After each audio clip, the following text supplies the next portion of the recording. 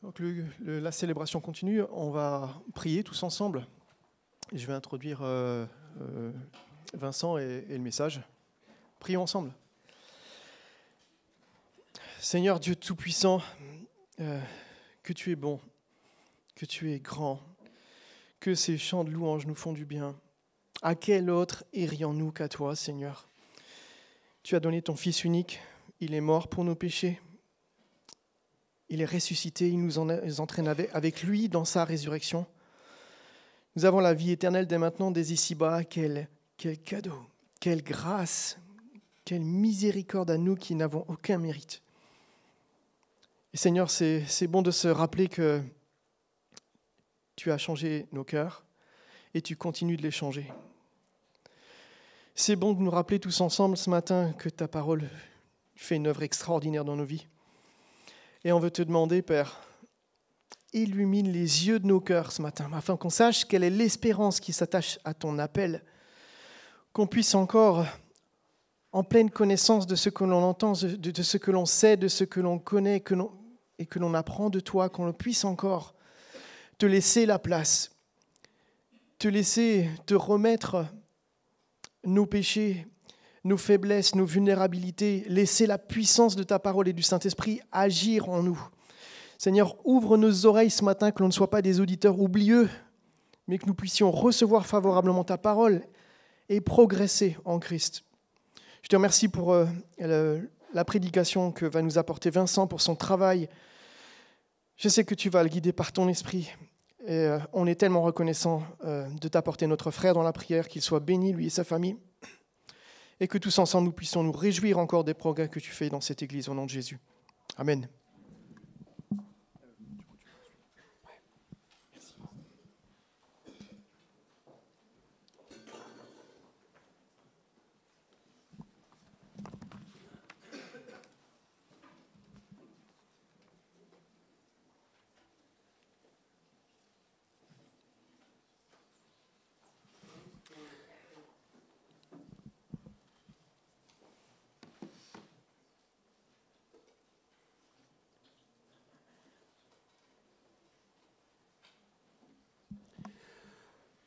Bonjour à tous, c'est un plaisir d'être devant vous ce matin.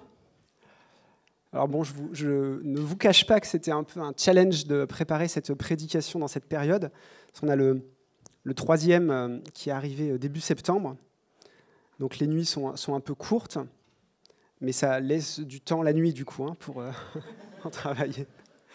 Donc voilà, vous savez, si je tiens des propos incohérents, ou en tout cas plus que d'habitude, vous savez à quoi c'est dû. En tout cas, j'ai une excuse pour cette fois-ci. Alors, j'aimerais vous proposer de regarder ce matin le psaume 139, qui est un psaume particulièrement connu en raison de sa profondeur et de la poésie avec lesquelles il décrit les attributs de Dieu. Donc c'est un psaume écrit par David, qui en a écrit de nombreux. On ne connaît pas exactement les circonstances dans lesquelles il a été rédigé, mais on sait que le contexte néanmoins est lié à un épisode de persécution que vit David. Et c'est intéressant de voir la manière dont David il va plonger son regard vers Dieu à un moment particulièrement difficile. Donc le psaume est assez simple, il est en 4 parties, 4 strophes. David va regarder d'abord l'omniscience de Dieu, le Dieu qui sait tout, le Dieu qui le connaît parfaitement et intimement, puis son omniprésence, son omnipotence, il va s'émerveiller de ça, et la consolation qu'il peut y trouver, et puis enfin l'obéissance, sa réponse face à tout ça. Que la lecture de sa parole ce matin, elle puisse nous plonger dans l'émerveillement comme David, consoler ou encourager ceux qui ont besoin de l'être, et puis nous pousser comme David à désirer un cœur qui désire davantage lui ressembler, qui veut être travaillé.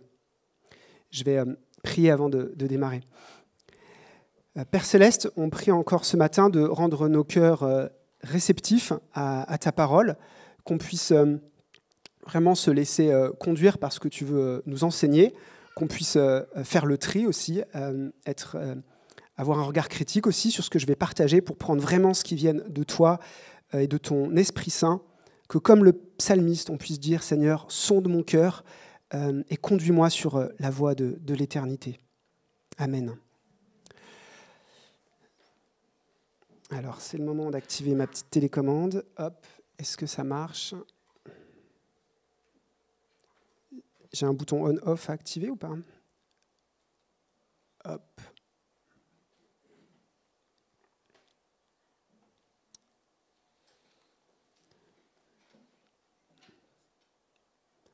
Ok.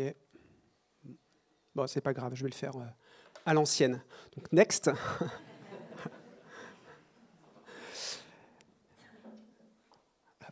Merci.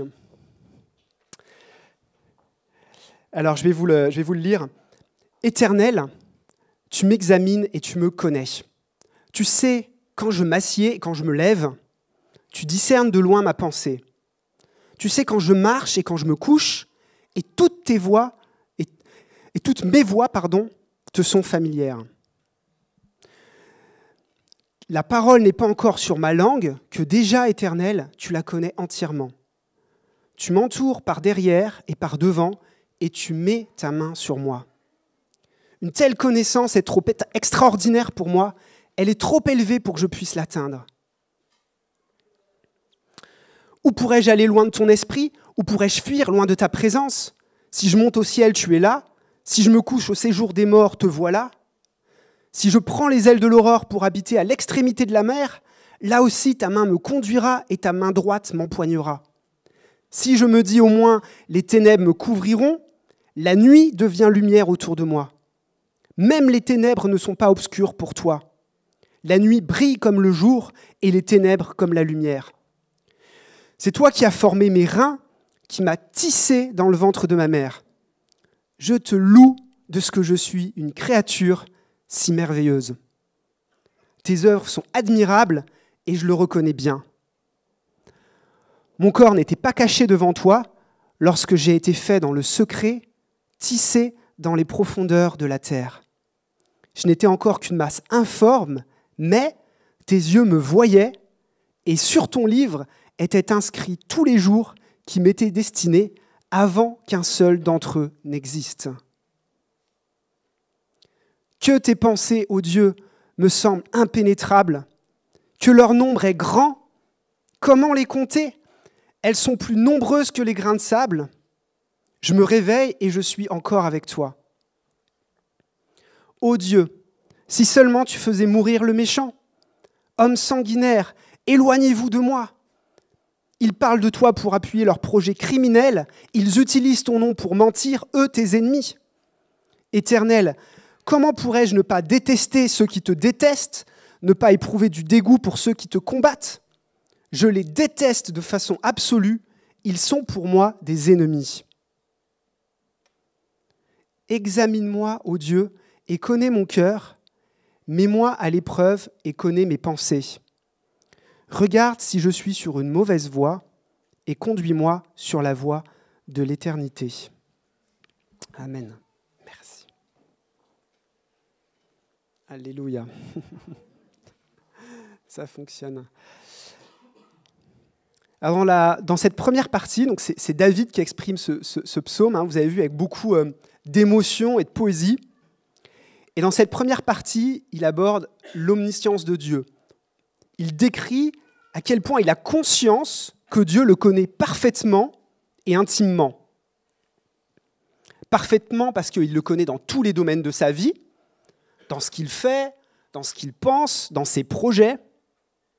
On le voit au verset 1, quand ça démarre.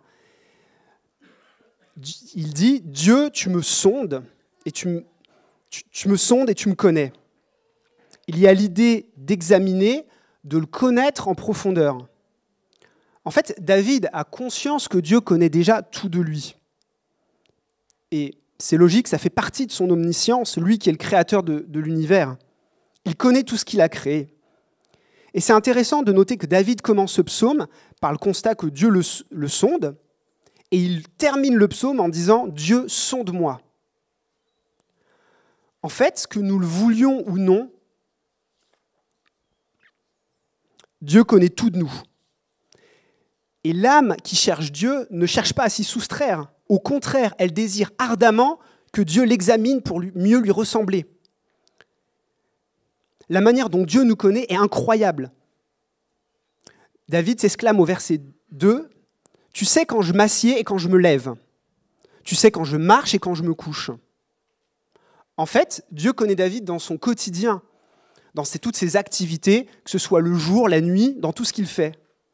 Mais il le connaît également dans ses pensées. Tu comprends de loin mes pensées. Il dit également, car la parole n'est pas déjà sur ma langue que tu la connais. Dieu connaît les pensées de David et il les connaît avant que David lui-même ne les exprime. Il dit également, tu connais toutes mes voies. Dieu connaît les projets de David, les intentions qui sont derrière. Donc finalement, à la question de savoir si l'intelligence supérieure qui a créé l'univers connaît toutes choses, nous répondons que oui, elle est omnisciente. À la question de savoir si elle nous connaît d'une manière approfondie et intime, on répond oui, elle nous connaît mieux que nous nous connaissons nous-mêmes. Petite question, est-ce que vous savez combien les Romains, dans l'Antiquité, avaient de dieux ? Qui sait ? Qui a une idée ? Beaucoup.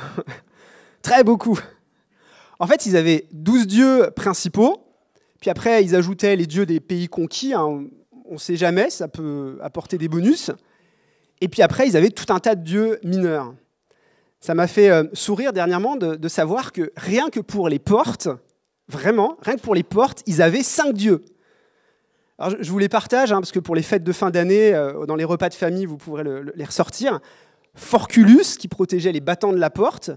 Cardea, déesse des gonds et des charnières, qui protégeait les battants. Les charnières, je viens de le dire. Janus, le dieu des passages et des portes, etc., etc. Donc, intéressant, hein ? Moi qui pensais que c'était le roi Merlin, le dieu des portes, ben, pas du tout. En fait, ça nous fait réaliser une chose, c'est qu'eux-mêmes n'étaient pas en capacité de connaître tous les dieux qu'ils avaient, et ils n'imaginaient certainement pas que leurs dieux les connaissaient d'une manière personnelle, en fait. C'était hyper impersonnel. Mais ce n'est pas du tout ce que nous décrit David et ce qu'on voit dans la manière dont il s'adresse au Dieu créateur de l'univers. Au verset 5, on voit un autre aspect dont David a conscience que Dieu le connaît. En fait, on voit qu'il a conscience que Dieu le protège et qu'il le tient en sécurité. Il dit au verset 5, « Tu m'entoures par devant et par derrière ». Le terme utilisé ici pour « entourer » a souvent le sens dans la Bible d'assiéger. En fait, c'est à comprendre dans le sens que Dieu le protège comme un rempart, comme un rempart qui protège une ville.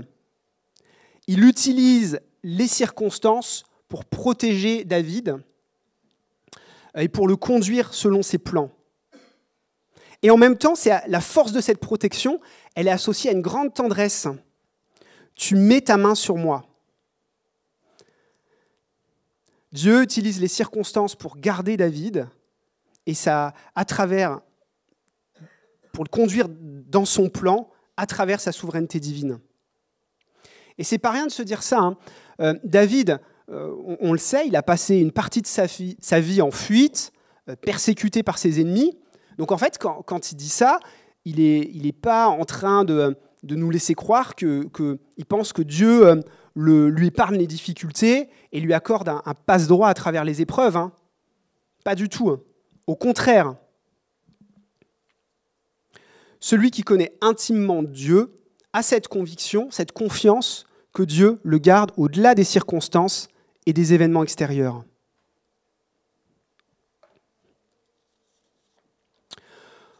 On voit ensuite au verset 6 la réaction de David par rapport à ce qu'il vient d'évoquer.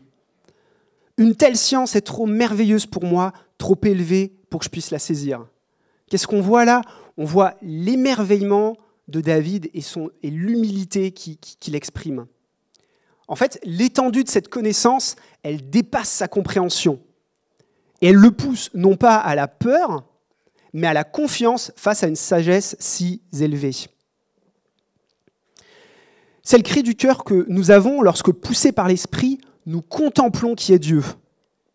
Nous sommes ramenés à notre place de créature et alors nous nous émerveillons de ce qu'un Dieu si grand puisse s'intéresser à nous.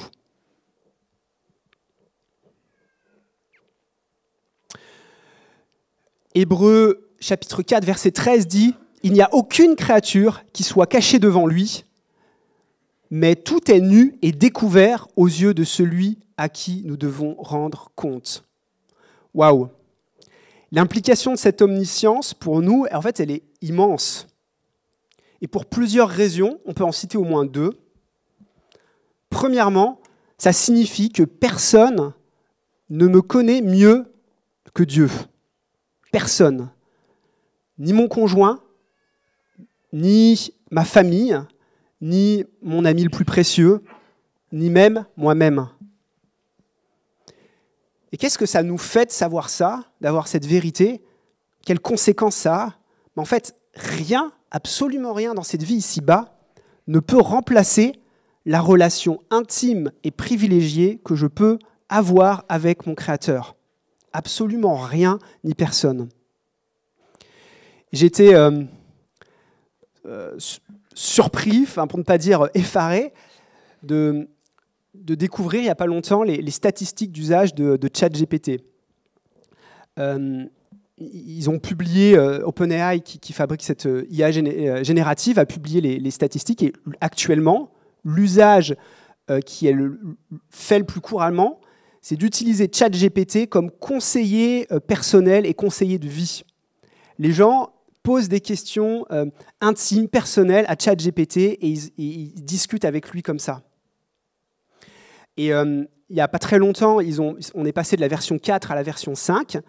Et la version 5, elle a adopté un ton un peu moins empathique et plus impersonnel. Et ça a provoqué un tollé sur la toile au début. Et il y a eu des réactions de gens. Il y a un journaliste du Washington Post qui disait « J'ai perdu un ami. Il ne me parle plus comme avant. » Mais sincèrement, hein. Donc en fait, ça peut faire sourire, mais en même temps, on a tellement soif d'avoir une relation authentique et personnelle, profonde, que si on ne l'a pas, on va la chercher là où on peut. La deuxième implication à ce que Dieu soit omniscient, elle est évidente et elle est en même temps hyper dérangeante.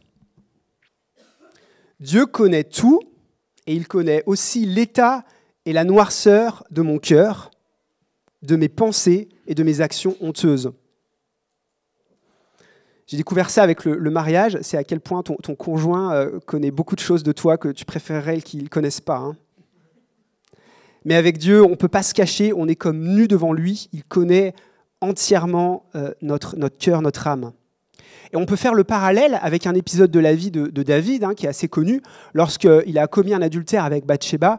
Vous vous rappelez de l'épisode, c'est une phase de sa vie où il a fait beaucoup de conquêtes, il arrive à une phase de paix dans les guerres, de richesse, et en fait, à un moment donné, il se trouve un peu dans un état où il profite de cette vie, et on a même l'impression qu'il s'ennuie, et à un moment donné, il va voir une dame qui se baigne, il va la faire venir dans son palais, et il va commettre l'adultère avec elle. En fait, cette femme, elle avait un mari qui était un officier, et qui va faire tuer. Et il va cacher son adultère et son meurtre. Ce même David, hein, qui écrit ce psaume. Mais est-ce qu'on peut cacher quelque chose aux yeux de Dieu? Évidemment non. Donc en fait, Dieu le sait, et il va envoyer son prophète Nathan pour le dénoncer.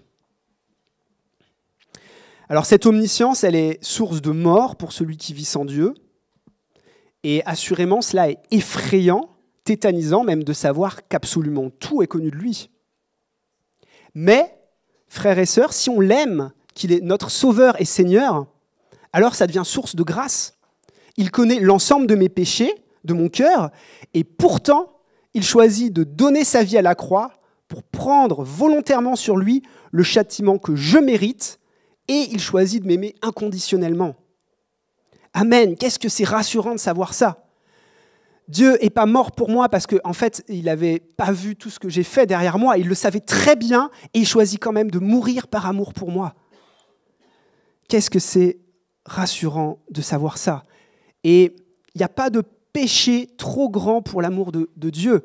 David était un meurtrier, un adultère. Malgré toutes les bonnes choses qu'il a fait, il a commis des péchés graves. Et Dieu, par grâce, a continué de l'aimer et d'être fidèle à ses promesses. Et de la même manière, il le fait, il me le propose à moi. Conclusion de cette première partie, quel réconfort, quelle sécurité de savoir que Dieu nous connaît, que c'est fondé sur sa grâce et qu'on peut vivre une relation d'intimité avec lui. J'aimerais vous partager une citation de Stephen Charnock, un puritain, qui dit « Quel réconfort pour une âme pieuse de savoir que son Père céleste connaît ses besoins avant même qu'elle ne les exprime, comprend ses peines quand les mots lui manquent et voit la sincérité de son cœur, même lorsque ses actions sont faibles et imparfaites. Dieu connaît notre structure et se souvient que nous sommes poussière. »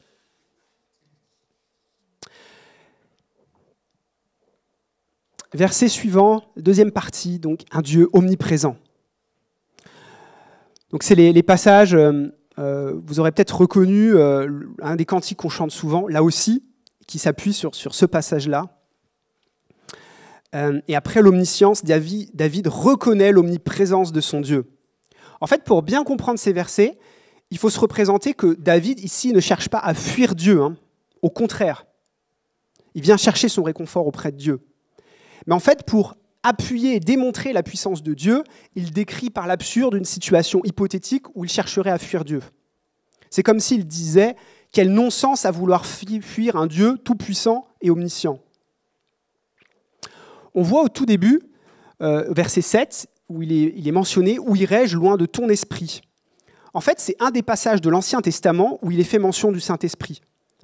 L'Esprit de Dieu est présent partout dans la création, rien n'échappe à son contrôle.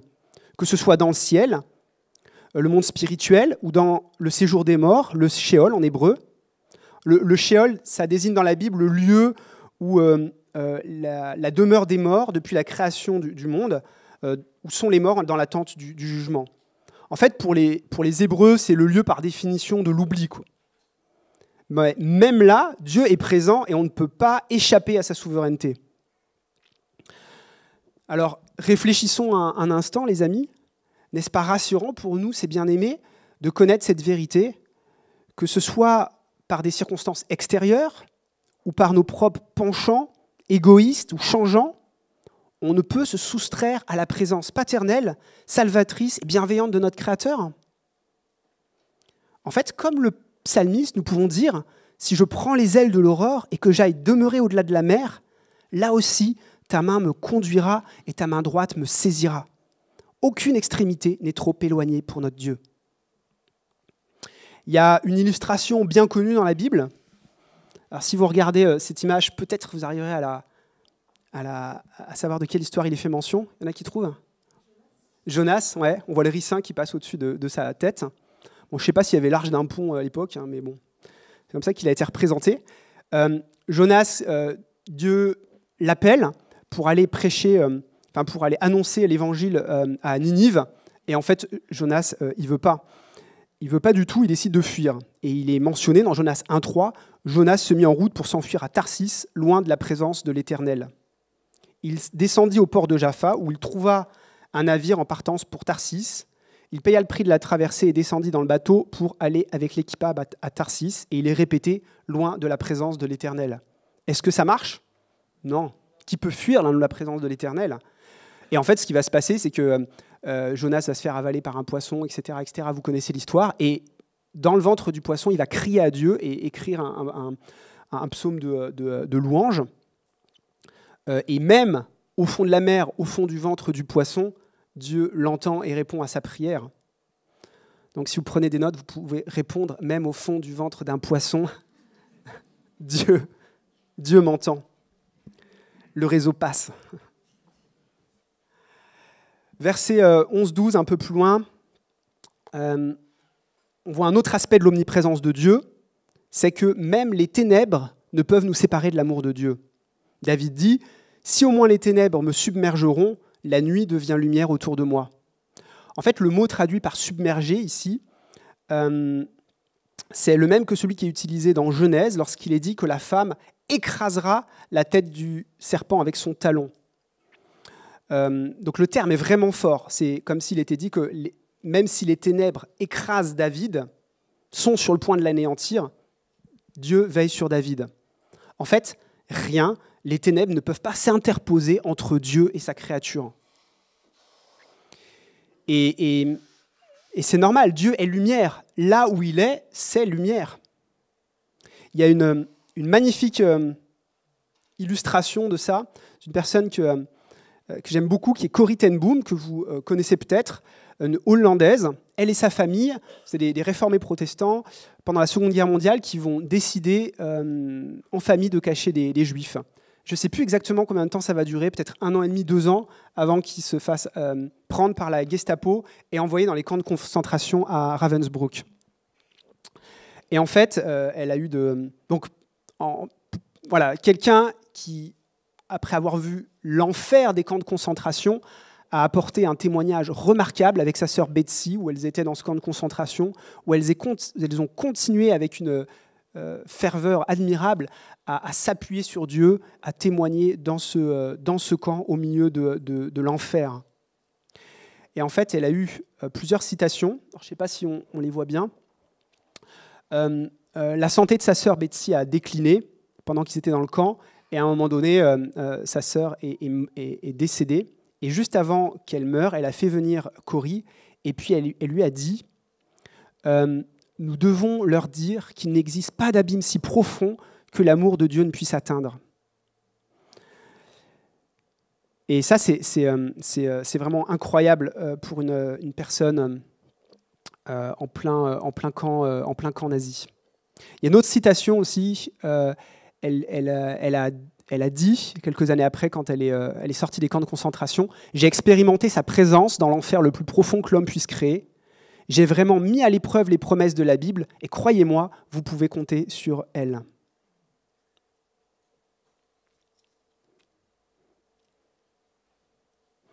Conclusion de tout ça, absolument rien ne peut venir s'interposer entre moi et le Dieu qui me connaît personnellement et qui m'aime. Ni mes insuffisances, ni les circonstances extérieures, ni les puissances spirituelles, rien, rien, rien. Le Dieu Tout-Puissant est souverain tout le temps et partout. Alors, question de réflexion, qu'est-ce que ça change dans ma vie de chrétien de savoir que rien ne peut s'interposer entre le Dieu qui me connaît, qui m'aime, et le reste?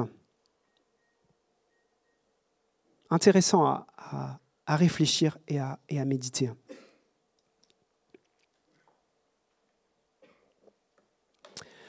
Un Dieu omnipotent, suite des versets 13 à 18.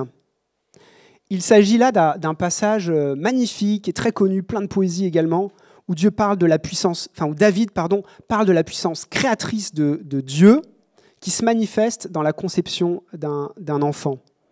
Donc après avoir parlé de son omniscience, de son omniprésence, il exprime ici son omnipotence. David sait que c'est Dieu qui l'a créé dans toutes ses dimensions. Il dit « Tu as formé mes reins ». Les reins, ça représente dans la Bible le centre des émotions, de l'affect, donc finalement la dimension psychologique.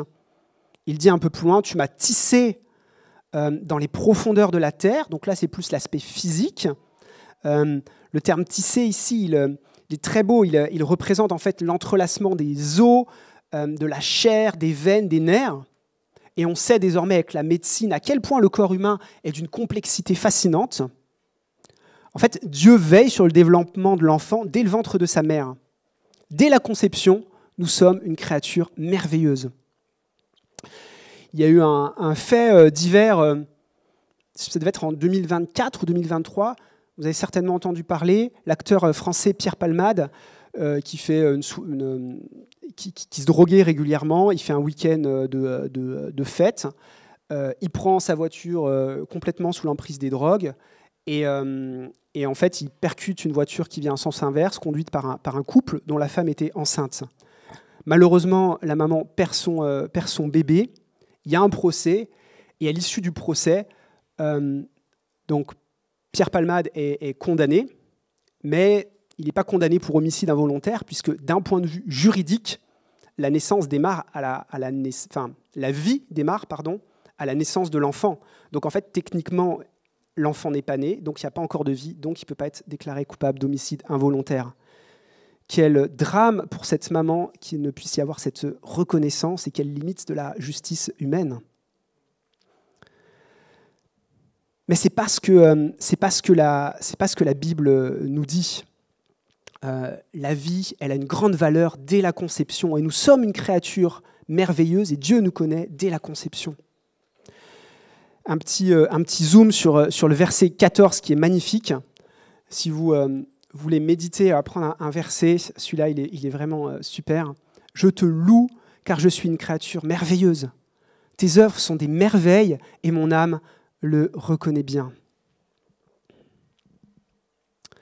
Ça fait écho en fait au récit de la création en Genèse, quand Dieu termine son œuvre créatrice au 7e jour et puis qu'il déclare que cela est bon. Les créations du grand artiste, elles sont parfaites. Et nous sommes l'aboutissement de sa création. Nous sommes son œuvre unique et merveilleuse.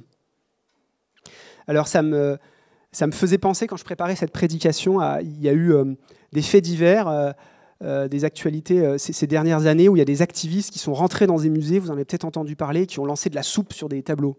Alors, je ne sais pas pourquoi de la soupe. Ils auraient pu lancer des pâtes ou de la confiture, je ne sais pas. Ils ont lancé de la soupe sur des œuvres d'art.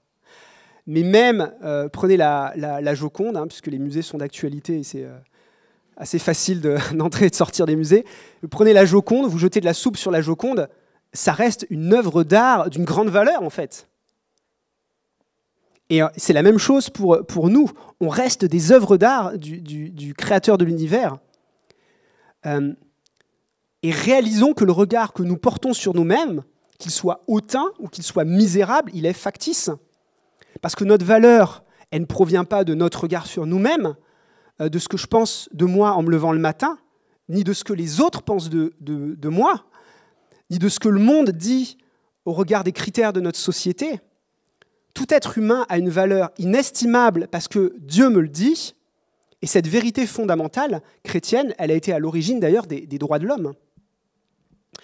Il y a un puritain, Thomas Watson, qui dit « Considérez la création de l'homme. Le corps est un chef-d'œuvre, il est appelé un tabernacle, en 2 Corinthiens 5, fait non avec la maladresse d'une main humaine, mais brodé et tissé avec des nerfs et des veines. L'âme est encore plus sublime, une étincelle de la divinité, un rayon de lumière céleste. Quelle sagesse se manifeste dans l'union de l'âme et du corps. » Si nous avons fait la paix avec notre Dieu, il nous voit désormais comme une créature nouvelle. Il a pris notre péché sur lui et nous pouvons désormais regarder à lui et savoir qu'il nous voit saints.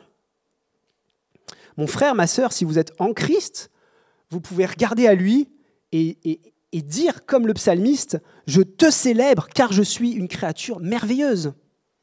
Vous pouvez vous lever le matin et peut-être ne pas le penser, mais ça n'en reste pas moins vrai. Je te célèbre car je suis une créature merveilleuse.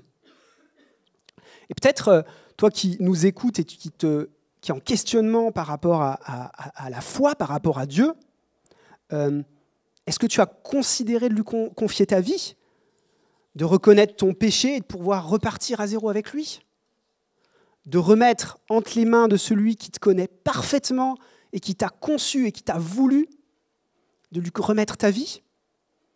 Il n'y a pas de fardeau, il n'y a pas de faute, il n'y a pas de vie, il n'y a pas de situation, ni de ténèbres si grandes que l'amour de Dieu ne puisse les couvrir.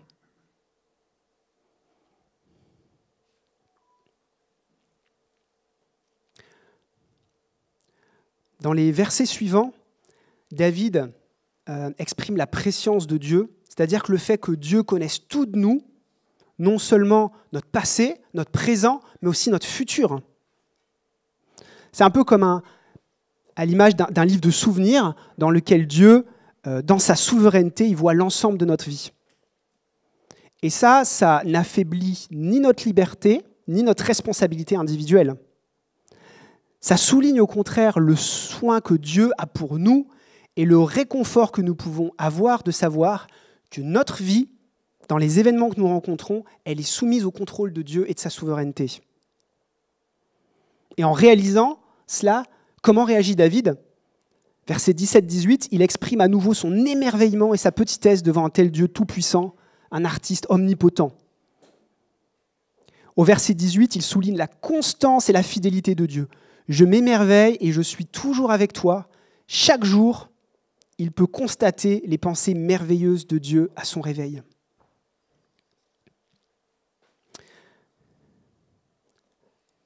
Dernière partie, l'obéissance de David, constatant cette omniscience, cette omniprésence, cette omnipotence. Quelle est la réaction de David ? L'obéissance. Il revient brièvement sur la situation qu'il est en train de traverser, de persécution, et sur ce moment difficile qu'il vit. Mais c'est intéressant de noter qu'en fait, ce qu'il exprime, ça porte moins sur sa personne que sur son besoin d'être consolé, ce qui est légitime, que sur la personne de Dieu qui est outragée. Il parle de toi d'une manière infâme, ils prennent ton nom en vain. En fait, plus nous tournons les regards vers lui, plus nous vivons une intimité et désirons être transformés par lui, plus en fait on va lui ressembler, et plus on a du dégoût et du rejet pour ce qu'il n'approuve pas. David parle ici de meurtriers, de personnes qui utilisent le nom de Dieu pour leurs desseins malveillants, et il s'exclame au verset 22, « Je les hais d'une parfaite haine. Ils sont devenus pour moi des ennemis. » Le théologien MacArthur indique que David exprime ici qu'il ne peut pas rester insensible à cela et qu'il jamais il s'associerait avec eux. La fin du passage, versets 23-24, elle exprime cette obéissance, cette soumission de David. David termine en demandant à Dieu de l'examiner, de le sonder, de mettre son cœur à l'épreuve. À la lumière des sentiments qu'il a exprimés avant, concernant ses ennemis, à la lumière de ce qu'il réalise à nouveau sur Dieu, il demande à Dieu de l'examiner pour empêcher toute injustice de se manifester. Il ne veut rien avoir à faire avec ceux qui commettent le mal. Il ne veut pas suivre la même voie que le méchant, mais au contraire, il veut que Dieu le conduise sur la voie de l'éternité. Comprendre qui Dieu est, c'est une grande consolation et c'est un encouragement également à lui obéir. Ça nous pousse à genoux, à rechercher la présence de Dieu, à rechercher à nous soumettre à lui, à désirer que Dieu il nous examine pour qu'on puisse lui ressembler. J'aimerais conclure en soulignant l'attitude de David. Dans cette épreuve de persécution qu'il vit, il écrit un psaume qui est centré sur Dieu, non sur lui-même. Il décrit tous ces aspects de la personne de Dieu. Ça le pousse à l'émerveillement devant sa puissance créatrice. Et tout cela, dans cette situation, dans ce qu'il vit, l'amène à réaffirmer son rejet de ceux qui commettent le mal. Et ça le pousse à l'obéissance, ça le ramène à l'obéissance confiante envers son Seigneur tout-puissant, omniscient. Frères et sœurs, que la contemplation de notre Maître ce matin puisse nous plonger à genoux également en nous exclamant avec obéissance « Sonde-moi, ô Dieu, et connais mon cœur ».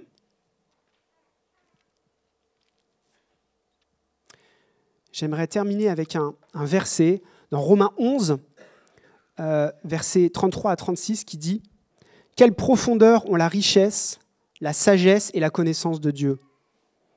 Que ses jugements sont insondables et ses voies impénétrables. En effet, qui a connu la pensée du Seigneur ou qui a été son conseiller ? Qui a donné le premier pour être payé en retour ? C'est de lui, par lui et pour lui que sont toutes choses. À lui la gloire dans tous les siècles. Amen.